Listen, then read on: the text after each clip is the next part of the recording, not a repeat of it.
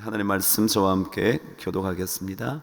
사도행전 24장 1절에서 5절까지 저와 나누어 읽도록 하죠. 닷새 후에 대제사장 아나니아가 어떤 장로들과 한 변호사 더둘로와 함께 내려와서 총독 앞에서 바울을 고발하니라. 벨릭스 각하여, 우리가 당신을 힘입어 태평을 누리고 또 이 민족이 당신의 선견으로 말미암아 여러 가지로 개선된 것을 우리가 어느 모양으로나 어느 곳에서나 크게 감사하나이다.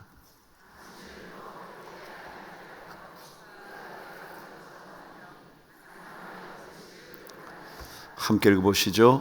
우리가 보니 이 사람은 전염병 같은 자라 천하에 흩어진 유대인을 다 소유하게 하는 자요 나사렛 이단의 우두머리라. 아멘. 오늘 금요일 우리 말씀을 들으실 지성원 목사님, 정말 좋은, 제가 계속 이 얘기를 반복하죠.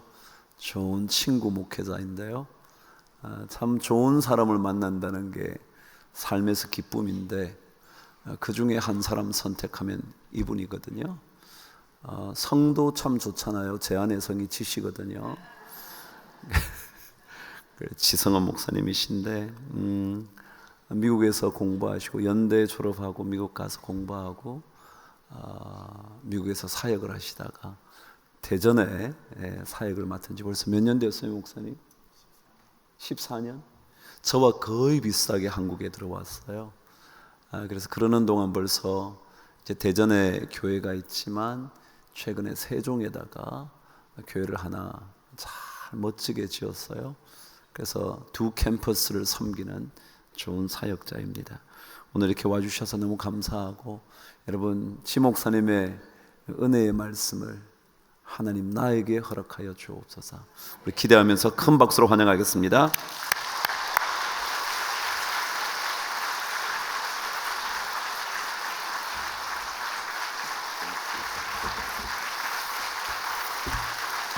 감사합니다. 드려진 헌금을 위해서 먼저 기도하겠습니다. 하나님, 이 새벽에 저희들을 깨워주시고 주의 거룩한 전에 말씀을 사모하며 하나님께 영광 돌리기 위해 믿음의 형제자매들 이곳에 불러주니 참으로 감사합니다.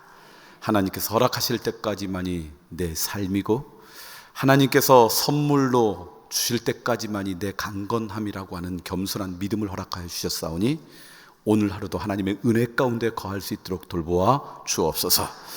이곳에 하나님의 존귀한 아들, 딸들이 그들의 정성을 하나님 앞에 드렸습니다. 이것은 물질이 아니라 내 삶의 모든 영역에 있어서 하나님이 나의 아버지가 되심을 고백하는 믿음의 고백입니다. 주님, 이것은 단순히 물질이 아니라 내 삶의 모든 순간순간마다 예수 그리스도가 나의 주님입니다 라고 하는 신앙의 고백입니다. 기쁨으로 받아주셔서 그 영혼이 더욱더 아름답고 존귀하게 주님 앞에 들려지게 해 주옵소서. 주님 앞에 정성을 드린 가정을 위해 기도합니다. 그 가정의 아버지들을 주의 이름으로 축복합니다. 집안의 가장의 역할을 감당할 수 있도록 지혜도 명철도 강건함도 허락하여 주옵소서.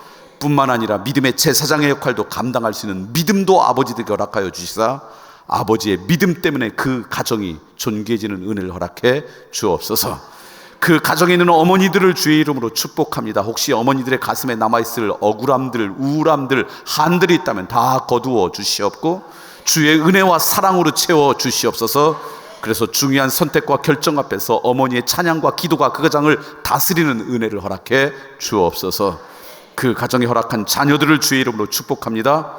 참된 것과 참된 것을 가장한 것, 영원한 것과 일시적인 것이 점점 혼돈되어지는 세상 가운데 악인에게도 죄인의 길에도 오만한 자의 자리에도 앉지 않은 복된 인생들 될 수 있도록 돌보아 주옵소서. 오 하나님, 그 가정에 혹시 나쁜 습관이 여전히 남아있습니까? 죄의 유전이 그 가정에 흔적으로 남아있습니까? 나사렛 예수 그리스도의 이름으로 끊어주시옵고 거룩하고 아름다운 삶의 습관이 그 가정 가운데 자리 잡을 수 있도록 돌보아 주옵소서. 이곳에 예배드리는 믿음의 형제 가운데 혹시 육신의 고통과 아픔 때문에 괴로워하는 인생들이 있습니까? 좋은 의료진을 만나게 하여 주시옵고 그들의 손길을 통해 날마다 회복되는 은혜를 허락하여 주옵소서. 다양한 방법을 통해서 우리를 회복시키시는 하나님의 은혜가 그들의 인생 가운데 임하게 하여 주시사 그들을 붙잡고 있는 질병들은 사라지게 하여 주시옵고 그 고통으로부터 자유롭게 하여 주시옵고 그들을 붙잡고 있는 그 아픔으로부터 하나님의 은혜와 사랑으로 온전히 회복되는 기쁨을 누리게 해 주옵소서. 말씀을 함께 나눕니다. 말씀이 육신이 되고 실제가 되는 은혜가 이 가운데 있기를 소망합니다. 주님께서 친히 역사하여 주옵소서. 예수 그리스도의 이름으로 기도드리옵나이다. 아멘. 할렐루야. 이 새벽에 여러분 뵙게 된 건 하나님의 은혜라고 믿습니다. 함께 나누는 말씀 가운데 이 말씀이 아까 우리 목사님 말씀처럼 여러분 인생을 향한 주의 음성으로 들리는 은혜가 있기를 소망합니다. 우리가 쓰는 언어가 우리의 삶을 반영하고 있다는 거 아시죠? 우리가 어떤 언어를 쓰느냐에 따라서 우리의 인생이 연관되어 있습니다. 몇 년 전에 갑자기 우리가 많이 쓰던 단어 가운데 하나가 웰비잉이라는 단어입니다. 그전에는 그냥 생존을 위해 열심히 살았는데 삶의 질을 논하는 단어를 씁니다. 그러면 웰비잉이라는 단어를 많이 쓴다는 것은 그만큼 우리의 삶의 질이 좋았다는 얘기예요? 삶의 질이 별로 안 좋다는 이야기일까요? 1번이에요? 2번이에요? 두 번째 때문에 그렇죠. 최근에 우리 사회에 많이 쓰는 단어 가운데 하나가 소통이라는 단어, 커뮤니케이션이라는 단어를 참 많이 씁니다. 소통이라는 단어를 많이 쓴다는 것은 우리 사회가 잘 소통이 돼서 그 말을 쓸까요? 잘 소통이 안 돼서 그 말을 쓸까요? 네, 두 번째일 거예요. 근데 교회 안에서 또 우리 사회 안에서 지난 10여 년 동안 참 많이 쓴 단어 가운데 하나가 무슨 단어냐면 지도력, 리더십이라고 하는 단어입니다. 그럼 역시 또 질문할게요. 리더십이라는 단어를 우리가 많이 쓰는 이유는 우리 교회 리더들 가운데 참된 리더십을 가진 사람들이 많아서 그 말을 쓸까요? 리더들은 많지만 참된 리더십이 별로 없으니까 그 말을 많이 쓸까요? 그렇죠. 2번. 그렇습니다. 어느 날 조용히 한번 생각해 봤어요. 왜 우리 시대에 참 리더들도 많은데 왜 이 리더십이라고 하는 단어를 많이 쓸 수밖에 없는 시대가 되었을까? 그러고 보니까 우리가 리더십이 아닌데 리더십처럼 속고 있는 몇 가지가 있더라고요. 제일 첫 번째 하나는 뭐냐면 힘이 있으면, 권력이 있으면 리더십이 있다고 우리가 착각해요. 근데 우리가 경험했잖아요. 힘과 권력이 있어서 거기에 걸맞는 인격과 성품이 있으면 좋은 리더지만 그것이 뒷받침되지 않으면 그것 때문에 오히려 공동체가 고통받는다는 걸. 그러니까 힘과 권력이 리더십의 한 요소일지는 모르지만 그것만이 리더십인 줄 알고 우리는 그것을 추구하거나 또는 거기에 속고 있는 거예요. 좀 극단적인 예를 들어볼까요? 우리가 지금 예배를 드리는데 갑자기 저 연문이 열리면서 복면을 한 권총 강도가 들어왔어요. 그리고 이 앞에 와가지고 총을 들고 여러분 보고 다 엎드려, 그리고 지갑을 테이블 위에 올려놔 그랬어요. 여러분 어떻게 하시겠어요? 참고로 말씀드리면요, 사소한 것에 목숨 거시면 안 됩니다. 다 엎드리고 우리가 지갑을 위에 올려놓을 거예요. 자, 그러면 이 공간 안에서 제일 힘 있는 사람은 누구예요? 총든 강도. 근데 그 사람을 우리가 리더십이 있다고 이야기해야 하네요? 안 해요. 그거하고 마찬가지예요. 힘과 권력은 굉장히 중요한 것이긴 하지만 그것 자체가 리더십은 아니에요. 근데 우리는 그것 때문에 속고 있어요. 또 제일 많이 우리가 속고 있는 것 하나, 직위가 있으면 리더십이라고 생각해요. 포지션이 있어 리더십. 어떤 직책과 직위가 리더십이라고 우리는 착각하고 그 직위에 가려고 열심히 추구해요. 근데 가봤더니 그게 아니야. 또는 어떤 직위에 있는 사람을 보고 그 좋은 리더십을 기대해. 그런데 그것에 실망해. 그래서 우리는 리더십의 공허한 시대에 살아가고 있는 것은 아닌가. 미국의 예를 조금 들면요, 미국의 대통령 임기가 4년입니다. 그리고 한 번 더 연임할 수 있어요. 그러니까 2번을 할 수가 있죠. 근데 대부분 현직의 대통령이 연임에 성공합니다. 그러니까 현직 대통령이 연임에 성공하지 못했다 그러면 그 사람은 진짜 인기 없는 사람 가운데 한 사람이에요. 최근에 굉장히 인기가 없었던 대통령 가운데 한 사람이 조지 W. 부시라고 하는 대통령이었어요. 제가 보니까 이름을 썩 잘못 지은 것 같아요. 조지고 부시고 열심히 전쟁하다가 그래서 인기가 별로 없었어요. 그런데 연임에도 성공했어요. 근데 연임에 성공하지 않은 대통령, 몇 사람 안 되는 대통령 가운데, 정말 인기 없던 대통령 가운데 한 사람이 누구냐면 지미 카터 대통령이에요. 저는 더 마음이 아파요. 같은 종신데 인기가 없었다는 얘기를 듣고. 그런데 그 사람이 그래서 그만큼 인기가 없이 연임에 성공하지 못했어요. 근데 여러분 아시는 것처럼 그분은 아주 신실한 크리스천이에요. 믿음이 아주 좋은 분이었어요. 근데 그거 아세요? 지금은 그분이 이제 건강이 나빠서 현직에서 물러나셨지만 미국 대통령에 물러난 다음에 지난 한 30여 년 동안 전임 대통령으로 있을 때 세계 곳곳에 분쟁하고 그리고 누군가의 중재가 필요할 때 가장 많이 도움을 요청받았던 사람 가운데 하나가 지미 카터 대통령이에요. 그러니까 세계 최강대국의 대통령이라고 하는 직위에 있을 때보다 그 직위에 없을 때 사실은 사람들한테 더 존경을 받았어요. 그러니까 직위라고 하는 것, 어떤 자리라고 하는 것이 리더십의 중요한 요소이긴 하지만 그것 자체를 우리는 리더십이라고 이야기할 수가 없어요. 그 직위에 걸맞는 실력도 인격도 되지 않는 사람이 그 직위에 있으면 오히려 그것 때문에 그 조직이나 공동체가 고통스러워하잖아요. 그러니까 직위 그 자체가 리더십이다 속고 있는 거예요. 또 우리가 제일 많이 속는 것 가운데 하나, 우리 한국 사회 경험이 많으면 리더십이 있다고 생각해요. 그래서 누군가하고 처음 만나면 제일 먼저 물어보는 게 뭐예요? 얼만큼 이 세상 가운데 내가 살아간 삶의 경험이 더 많은가를 확인해요. 연세가 좀 드신 분은 몇 년생이냐고, 무슨 띠냐고, 조금 그 다음에는 몇 학번이냐고.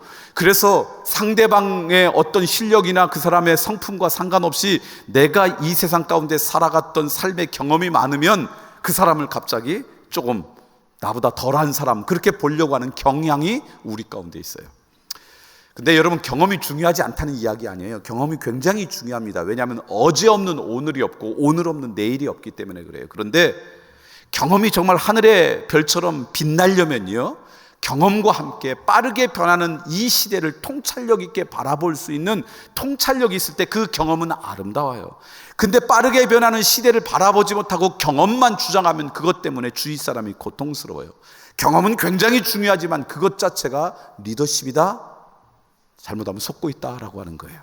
마지막으로 하나 더, 요즘 시대에 우리가 정말 잘 속는 것 가운데 하나가 전문성이 있으면 리더십이 있다라고 생각해요. 근데 여러분, 리더십이라는 것은 오케스트라의 지휘자 같은 거예요. 습도 바라볼 수 있고 균형과 조화를 바라볼 수 있는데, 혹시 내가 어느 전문성 때문에 그것을 깊이 파느라고 그것 때문에 다른 사람의 목소리에 귀도 기울이지 않고 다른 그 사람들의 그 하는 일에 관심 갖지 않는다면 오히려 그 전문성이 리더십의 발목을 잡을 수도 있어요. 전문성은 리더십의 좋은 요소이긴 하지만 그것 자체는 리더십이 아닌데, 우리는 어느 분야의 박사 그러면 모든 걸 다 아는 사람처럼 착각하고 있다가 그 리더십에 속고 말아요.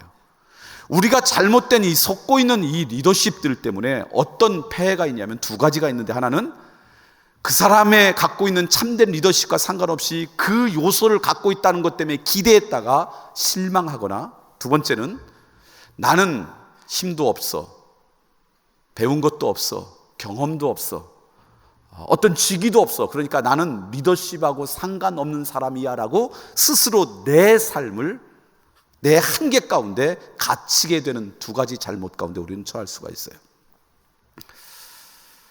그럼 여러분 가운데 질문이 생길 것 같아요. 그럼 목사님, 리더십이라는 게 뭐예요? 참된 리더십이라는 게 뭐예요? 저는 오늘 우리 목사님과 여러분이 교독했던 이 성경 말씀을 어느 날 묵상하다가 성경에서 말하는, 하나님께서 우리에게 기대하는 참된 리더십의 모습을 발견할 수가 있었습니다. 오늘 말씀의 배경은요, 법정이에요.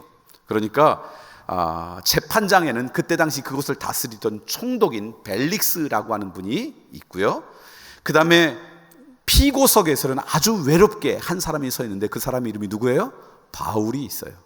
이 바울을 고발하고 있는 이 고발하는 측에서는요, 대제사장과 서기관과 그 사람들만 하도 이 사도 바울은 외로울 텐데, 그 사람들이 고용한, 그때 당시 아마 실력이 좋았던 변호사 같아요, 더둘로라고 하는 변호사가 지금 사도 바울을 공격하는, 다시 말하면 사도 바울을 고발하는 장면이 오늘 본문 말씀이에요.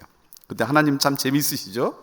그 더둘로가 아마 실력이 좋았던 사람 같아요. 그래서 사도 바울을 다 조사했어요. 그리고 사도 바울을 이 벨릭스라고 하는 로마 총독에게 고발하는 그 언어 가운데 하나님이 기대하시는 아름다운 리더십의 모습을 담아 놓으셨어요. 그게 5절 말씀이에요. 다시 한번 읽어볼까요? 5절 말씀 읽어보겠습니다. 사도행전 24장 5절 말씀입니다. 시작. 우리가 보니 이 사람은 전염병 같은 자라 천하에 흩어진 유대인을 다 소유하게 한 자여 나사렛 이단의 우두머리라. 제가 새 번역으로 여러분에게 다시 한번 읽어드릴게요. 새 번역은 이렇게 번역을 했습니다. 우리가 본 바로는 이 자는 연병 같은 자요, 온 세계에 있는 모든 유대 사람에게 소란을 일으키는 자요, 나사렛 도당의 우두머리입니다. 이 말씀 가운데 전염병 같은 자요, 연병 같은 자요, 이것이 바로 하나님이 우리에게 기대하시는 정말 아름다운 리더십의 모습이다라고 저는 생각을 했어요. 여러분, 전염병, 연병은 아주 심한 전염병이죠. 전염병은 무섭습니다. 그러지 않아요? 우리 강북제일교회는 전염병 정도야 뭐 이렇게 생각해요? 몇 년 전에 제가 어느 날 주일날 예배 드리러 가서 주일날 예배를 드리는데 지난주에서 우리 교회 교인이 반밖에 안 왔어요. 아니, 한 주 만에 교인이 반으로 줄은 거예요. 왜 그런가 봤더니요, 여러분, 메르스라고 들어보셨어요? 메르스라고 하는 전염병이 있던 때 그 메르스에 의해서 일어났던 첫 번째 사망 환자가 우리 교회 바로 앞에 있는 병원에서 일어났어요. 그러니까 그 메르스 때문에 제일 직격탄을 맞았던 한국 사람 가운데 저희 교회, 우리가 교회가 있던 그 마을이에요. 근데 사망자가 나왔다는 이야기는 뭐냐면 그분이 거기 있을 때 병원에 갔던 사람도 다 격리가 되는 거예요. 그래서 교인들이 한 반밖에 안 왔고요, 약 한 달 동안 평소보다 절반도 안 오는 분들로 예배를 드렸어요. 그때 우리 장로님들이, 목사님, 우리 교회 목사님, 저를 비롯해서 부목사님들한테 이번 기간엔 절대로 병원에 신방 가지 마세요 부탁을 하시더라고요. 그래서 왜요? 그랬더니 병원에 신방 갔는데 마침 그때 메르스 환자가 있다는 게 밝혀지면 그 시간에 그 병원에 있던 사람도 다 격리돼야 된대요. 그러니까 제가 그때 신방을 갔다가 그런 사람이 있었다 그러면 저는 교회도 못 오고 그냥 격리돼가지고 적어도 2주 동안 있어야 되니까 설교할 분이 없잖아요. 그러니까 목사님들은 이번에 안 갔으면 좋겠다고 뭐 이러고 그랬던 적이 있어요. 그런데 여러분 아세요? 지금도 그 병원에서는 매일 암으로 돌아가신 분이 수도 없이 많아요.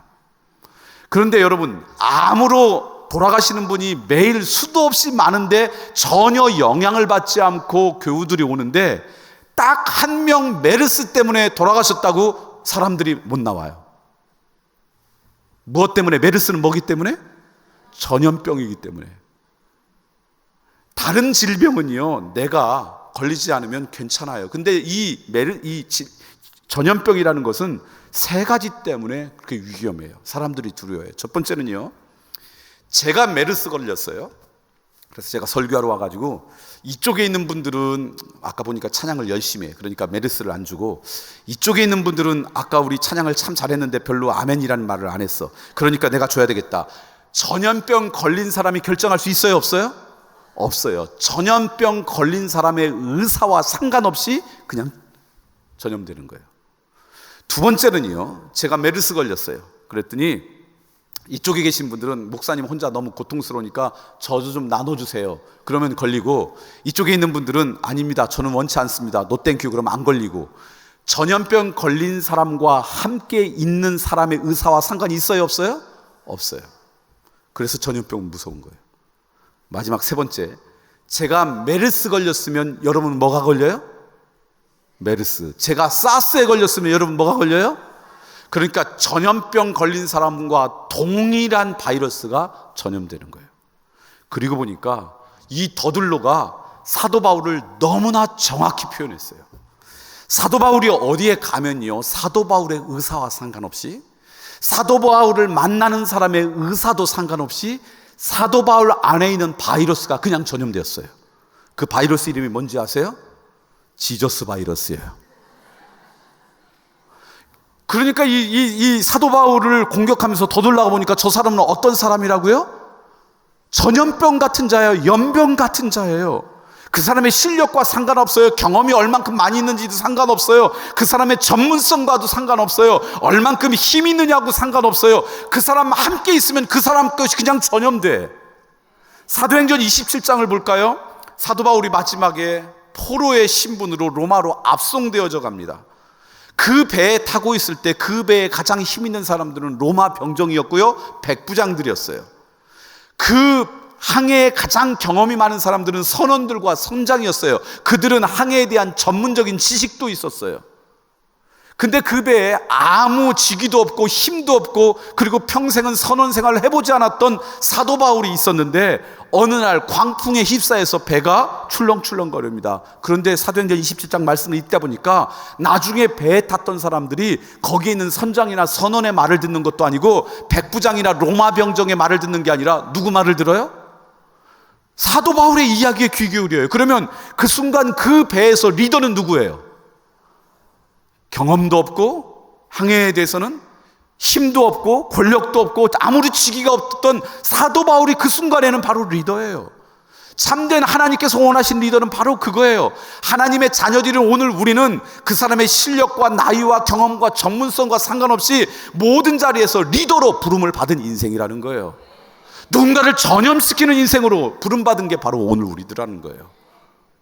그러니까 지금 더들로가 사도 바울을 고발하기 위해서 이 연병 같은 자야, 전염병 같은 자라고 했던 이 고발은 사실은 욕입니까? 칭찬입니까? 칭찬 아니에요? 옆 사람 칭찬해 보겠습니다. 집사님은 연병 같은 자입니다. 권사님은 연병 같은 자입니다. 제가 보니까 다 연병 같은 자라고 칭찬하시는데 몇 분은 욕하는 분이 있어요. 집사님은 연병할 자입니다. 이거는 욕이에요. 여러분, 오늘 우리가 어느 곳에 가든지 내 안에 있는 바이러스가 누구한테 전염시킬 수 있다면 그 순간 그 사람은 리더예요. 믿으십니까? 그것을 굳이 말을 바꾼다 그러면 선한 영향력을 나눌 수 있는 사람은 비록 힘도 없고 배운 것도 없고 경험도 일천하고 전문성이 없을지 모르지만 그 사람은 우리 시대에 하나님이 부르신 리더라고 저는 믿습니다. 저는 여러분이 그런 인생이 되시길 간절히 축원합니다. 그러니까요, 여러분 직장 생활하는데 같은 사무실에서 근무한 지 5년 만에 옆에 있는 동료가 아니 과장님도 교회 다녔어요? 5년 만에 그랬다. 칭찬일까요? 욕일까요? 같은 아파트 라인에 사는데 한 3년 만에 아니 703호 아줌마도 교회 다녔어요? 그러면 욕이에요? 칭찬이에요? 여러분 착각하지 마세요. 내가 사람들한테 잘 위장했구나 그렇게 생각하시면 안 돼요. 굳이 내가 내 입술로 그 교회 크리스천이라는 얘기하지 않아도 우리의 살아가는 삶의 모습을 보고 사람들이 뭔가 좀 다르구나, 그리고 나도 모르게 그 사람 좀 닮아가야 됐다 흉내내기 시작하는 그런 인생이 돼야 된다는 거예요. 그게 바로 사도 바울의 모습이에요. 강북제일교회 믿음의 형제자매들은 어느 곳에 있든지 여러분을 통해서 그런 선한 영향력이 나누어지는 복된 인생이 되길 간절히 축원합니다. 마지막 질문이 하나 남아요. 무슨 질문입니까? 어떻게 해야지 그럴 수가 있을까? 그런 소망이 있어도 방법을 알면 더 좋잖아요. 여러 가지 있을 것 같아요. 그 중에 중요한 한 가지를 말씀드리고 싶어요. 갈라디아서 5장을 보면요, 혹시 갈라디아서 말씀 한번 찾아볼까요? 갈라디아서 5장을 보면 성경에서 우리의 인간 이해, 우리의 인간이 어떤 존재인지를, 어떤 모습을 가진지를 아주 자세히 설명하고 있어요. 갈라디아서 5장 16절 17절 말씀인데요, 제가 여러분에게 읽어드릴까요? 갈라디아서 5장 16절 17절입니다. 내가 이르노니 너희는 성령을 따라 행하라. 그리하면 육체의 욕심을 이루지 아니하리라. 육체의 소욕은 성령을 거스리고 성령은 육체를 거스리나니 이 둘이 서로 대적하므로 너희가 원하는 것을 하지 못하게 하려 함이니라. 무슨 얘기냐면 사람들이 그냥 막 살아가는데 여러분 언어는 입에서 나오지만 사실은 입술이 아니라 여러분의 내면이잖아요. 여러분 생각과 마음이잖아요. 우리의 행각도 우리의 마음과 생각이잖아요. 그런데 오늘 말씀 보니까 우리의 내면을 움직이는 경향이 두 가지가 있다는 거예요. 하나는 육체의 소욕이 있고 하나님은 하나님의 거룩한 영 성령님이 있다는 거예요. 그 둘이 서로 갈등해서 누가 우리를 이끌어가느냐에 따라서 우리의 삶이 나타난다는 거예요. 육체의 소욕이라는 건 뭘까? 제가 영어 성경을 봤더니 sinful nature라고 표현했어요. 뭐냐면 죄로 물든 우리의 본능, 본성이라는 거예요. 죄로 물든 우리의 본성이 우리를 이끌어가요. 보통 사람들이 그렇게 살아가요. 그런데 어느 날 성령님이 내 안에 찾아오시면, 언제 성령님이 내 안에 찾아오세요? 언제부터 성령님이 내 안에 계십니까? 성경을 보니까요, 요한복음 1장 12절에 보면 영접하는 자, 예수 그리스도를 영접하는 자, 곧 그 이름을 믿는 자들에게는 하나님의 자녀가 되는 권세, 특권을 주셨어요. 하나님의 자녀가 되는 순간 우리에게 있는 특권들이 참 많아요. 근데 그 중에 하나를 고린도후서 1장 21절 22절 보니까 하나님의 자녀가 되는 순간 하나님이 이제부터는 너는 내 자녀야 라고 하는 증거로 우리에게 낙인을 찍는데, 그게 뭐냐면 우리 마음에 성령님을 주셨다, 이렇게 표현해요. 그러니까 언제부터 성령님이 우리 안에 내재하세요? 예수 그리스도를 영접한 사람. 그러니까 내가 예수 그리스도를 믿으면 이미 내가 의식하든 의식하지 못하든 내 안에 성령님이 내재하세요. 동행하세요. 근데 우리 성령님은 인격적인 분이세요. 그래서 그분을 존중하고 그분에게 의탁할 때마다 우리를 다스리세요. 그런데 오늘 우리가 관심 없이 살아가면 그분은 우리를 보고 안타까워하세요. 그런데 오늘 우리가 보니까 평소에 우리는, 그러니까 예수 그리스도를 믿기 전에는 우리를 이끌고 가는 게 뭐예요? 내 안에 있는 성령님은 예수님을 믿은 다음에 우리 안에 내재하시고, 예수님 믿기 전에는 무엇이 나를 이끌어가요? 이 갈라디아서 5장을 보니까 내 안에는 육체의 소욕이, 죄로 물든 우리의 본능이 우리를 이끌어가요. 죄로 물든 우리의 본능은 뭐냐? 성경 다른 곳에서는 이렇게 표현해요. 이생의 자랑, 육신의 정욕, 안목의 정욕, 이생의 자랑이라고 해요. 육신의 정욕, 안목의 정욕, 이생의 자랑, 이 세 가지는요, 그러면 좀 어렵잖아요. 리차드 포스터라고 하는 분은 우리의 언어로 쉽게 이렇게 번역을 했어요. 돈, 섹스, 권력. 그러니까 무슨 얘기냐면요, 우리가 예수 그리스도 없이 살아갈 때는 우리는 저 사람이 얼만큼 성실한지 열심히 사는지 그렇게 관심 갖는데, 그 사람이 열심히 살아가는데 궁극적인 목적은 뭐냐? 돈 아니면 섹스 아니면 권력이라는 거예요. 그게 오늘 우리의 인간상이에요. 그렇지 않습니까? 최선을 다해서 어떻게 사나 보니까 이 세 가지 중에 하나를 추구하는 게 우리의 인생이에요. 우리 안에 죄로 물든 심플레이처, 육체적인 경향이 그래요. 그런데 우리가 예수 그리스도를 믿으면 내 안에 성령님이 내재하시면서 둘이 갈등해요. 내 안에 계신 성령님은요, 빌립보서 2장 13절에 보니까 하나님께서 기뻐하시는 것을 소망하게 해요. 그리고 그것에 순종하면 그거 할 수 있는 능력도 주시는 분이에요. 그러니까 미처 죄가 죄인지 모르고 어떤 인생에게 그거는 아니야, 내 삶의 방향이 잘못됐어, 그러면서 우리 안에 갈등을 일으켜요. 지금 말씀이 그거예요. 그런데 언제 성령님이 우리를 이끌어가는가? 언제 성령님이 우리를 이끌어가요? 평소에는 우리의 육체적인 본능이 성령님을 무시하고 내 마음대로 살아가려고 해요. 그게 우리 인간이 갖고 있는 경향이에요. 그런데 언제 우리는 성령님의 은혜 가운데 걸어가느냐? 에베소서 5장 18절 말씀 보니까요, 술 취하지 말고 성령 충만하라. 성령님이 충만한다는 것은 성령님이 나를 이끌어 갈 때 비로소 성령의 흔적이 우리 가운데 나타나는 거예요. 그때 오늘 우리는 선한 영향력이 우리의 인생 가운데 나타나요.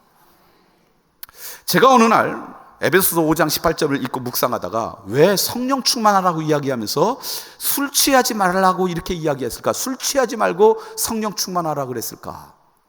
그렇게 묵상하다가 깨달음이 아주 깊게 왔어요. 여러분, 한 번도 경험하지 않으면 아무리 이야기해도 못 알아들어요. 제가 섬기는 교회는 처음 예수 믿는 사람이 제법 많은 교회입니다. 그래서 그렇게 교회를 오면 평생 태어나서 처음 교회 왔다 그러면 제가 꼭 그분을 한번 만나요. 그래서 왜 교회 왔는지 뭐 이런 걸 물어봐요. 몇 년 전인데 처음 교회 온 분이 계시다고 50대 후반쯤 되시는 여자분이라고. 그래서 제가 만나러 갔어요. 만나러 갔더니 그 문 앞에 30대 어느 남자분이, 우리 교회를 이제 나오기 시작한 지 얼마 되지 않은 남자분이 저한테, 목사님 너무 기뻐요, 우리 장모님이 오늘 처음 왔대요. 아 그래요? 그러면서 저한테 이러는 거예요. 목사님, 우리 장모님은 전국구세요. 그래서 전국구라뇨? 그랬더니 대전 충청도에 있는 절만 다니신 분이 아니라 전국에 있는 절을 다 다니신 분이에요. 근데 그 말을 하지 않으셔도 알 수 있었을 것 같아요. 제가 그분 앞에 갔더니 그분이 일었으니 저한테, 목사님 안녕하십니까? 이렇게 인사를 해요. 그래서 저도 안녕하십니까? 그렇게 인사한 다음에 이런저런 얘기하다 무슨 질문했냐면, 오늘 제 설교가 무슨 말인지 이해가 되셨어요? 하나도 이해가 안 됐대요. 제가 그날 설교를 중국말로 했을까요? 일본말로 했을까요? 한국말로 했을까요? 우리 교인들은 제 설교를 이해했을까요? 이해하지 못했을까요? 그런데 그분은 하나도 이해가 안 됐대요. 왜냐하면 우리가 쓰는 언어에 이해가 안 되는 거예요. 은혜가 무슨 뜻인지, 사랑이라고 하는 것도 본인이 갖고 있는, 그러니까 이게 다 이해가 안 되는 거예요. 그때 알았어요. 성령 충만이라는 것을 사람들에게 아무리 설명해도 사람들이 못 알아들어요. 왜냐하면 한 번도 경험하지 않은 사람들을. 그러니까 하나님께서 그 성령 충만이 무엇인지를 이해할 수 있도록 설명한 말씀이 뭐냐? 술 취하지 말라는 말씀이에요. 왜냐하면 처음 성령 충만했던 마가의 다락방에 있던 그 예수님의 제자들이 나왔을 때 그게 뭔지 몰랐던 사람들이 첫 번째 반응이 뭐예요? 저 사람들이 왜 낮에부터 뭐 먹었냐고요? 술 먹었냐고. 그러고 보니까 술 취한 거하고 성령 충만한 것은 비슷해요. 제가 사는 지역의 음주운전 단속은요, 꼭 저희 교회 앞에서 해요. 길을 막아놓고 제가 어느 날 이제 교회 늦게 이제 퇴근하는데 음주운전 단속을 하는 거예요. 그래서 제가 수고하니까 다시 제 사무실에 가서 이렇게 캔커피죠, 그 몇 개를 갖고 와서 수고하는 그 경찰 아저씨들한테 이것 좀 하나 드시라고 그랬더니 이분이 안 드시더라고요. 그래서 제가 이 교회 목사예요. 그러니까 드셔요 그랬더니 그래요? 그러면서 이제 받아 드시면서, 근데 목사님, 이 교회 다니는 우리 직원이 있습니다. 그러면서 저기 있는 직원을 부르는 거예요.